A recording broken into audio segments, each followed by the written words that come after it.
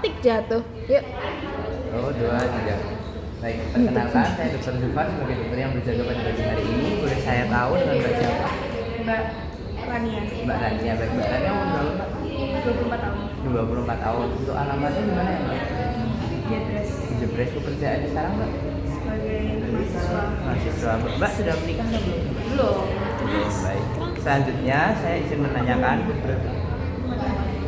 keluhannya lupus diabetes. Selanjutnya saya izin menanyakan beberapa pertanyaan terkait keluhan yang nanti Mbak sebutkan. Mohon dijawab sejujurnya ya, Mbak. Apakah Mbak berkenan? Baik. Untuk keluhan utamanya apa ya, Mbak? Saya ada timbul luka dokter. Luka. Baik. Lukanya di mana ya, Mbak? Lukanya Di tangan, di kaki. di tangan. Di tangan.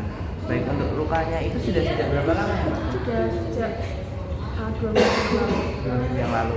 Kalau untuk lukanya itu apakah ada rasa nyeri? Ada Ada. Mungkin dari 1 sampai 10 ada di angka berapa? di angka 7. Di angka 7. Itu sudah mengganggu aktivitas atau belum? Akan mengganggu saya. Ada mengganggu. Baik, Mbak. Lalu apakah sebelum lukanya itu nyerinya apakah menjalar atau hanya di Enggak, hanya di daerah yang luka aja. daerah yang luka saja? Baik. Lalu apakah sebelumnya pernah mengalami penyakit serupa? Oh, iya. Enggak.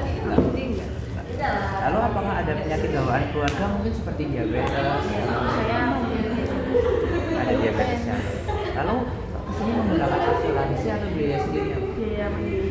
Biaya mandiri. Baik, lalu untuk kebiasaan dari Mbaknya mungkin dari makanan atau olahraga? Biasanya sering makan manis sih. Makan manis. Untuk olahraganya? Olahraganya ya semuanya aja jarang-jarang. Tapi olahraga. Baik. Terus selanjutnya saya akan melakukan pemeriksaan fisik ya, Mbak. Selanjutnya saya izin untuk cuci tangan terlebih dahulu. Mbak mau untuk bersiap-siap apakah Mbak berkenan? Baik. Tangan pakai 68 ya. Oke, habis itu tadi kan lukanya di tangan. Baik, selanjutnya saya akan melakukan inspeksi terlebih dahulu pada bagian tangan penderita. Baik, setelah saya melakukan inspeksi pada bagian tangan penderita, maka terdapat rubor. Lalu pada pemeriksaan deformitas terdapat perubahan struktur pada lukanya dengan deformitas positif. Lalu lukanya berbau. Sebentar. Ini kalau misalkan di kaki itu ditambahin pemeriksaan alas kakinya menimbulkan gesekan atau tidak? Iya, Mbak. Lanjutin dulu. Menimbulkan gesekan atau tidak? Tapi kalau di tangan ya nggak usah. Terus selanjutnya ada menilai bridging dengan cara kita menekan di bagian lukanya itu selama 3 detik. Terus kita lihat apakah ada pemerahan atau nggak ada. Kalau misalkan merah berarti dia ada branching erythema, sedangkan kalau nggak ada merah berarti non branching erythema.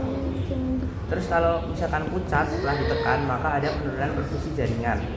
Setelah selesai menilai branching dilanjutkan dengan melakukan nilai pulsasi. Nilai pulsasi kalau misalkan di kaki itu kita lakuin di 2 arteri, yaitu ada di dorsalis pedis yaitu di atas punggung kaki. Baik, untuk pulsasinya normal. Lalu di tibialis posterior yaitu di belakang mata kaki. Baik, untuk pulsasinya juga normal. Selanjutnya dilakukan penilaian presipitasi, yaitu melakukan perabaan di sekitar luka dengan melakukan palpasi. Baik, setelah dilakukan palpasi, teraba seperti daun kering yang mana pertanda terdapat adanya gas gangren.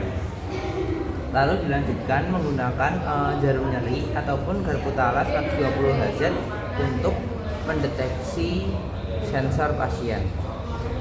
Jarum. Baik, apakah teraba nyeri? Baik, teraba.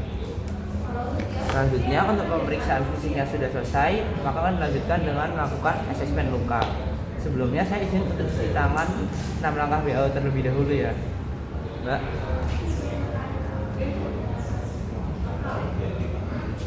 Baik, buat yang asesmen luka kita pakai sarung tangan dulu. Oke, selesai. Habis itu selanjutnya dilakukan dengan menilai tipe jaringan. Baik, pada inspeksi terdapat jaringan otot, jaringan nekrotik, dan juga slope, yaitu jaringan yang berwarna kuning. Untuk eksudat dan transudatnya terdapat positif dengan jumlah cairannya banyak dan berwarna kekuningan. Terus lukanya juga berbau, tepi lukanya underminingnya positif. Terus kita menilai periwan skin, yaitu 4 cm dari luka. Untuk periwan skinnya normal, aku lanjut menilai tanda infeksi, di mana ditemukan adanya edema positif dan juga pus atau nanah positif. Lalu kita melakukan pengukuran dimensi luka dengan penggaris, diukur.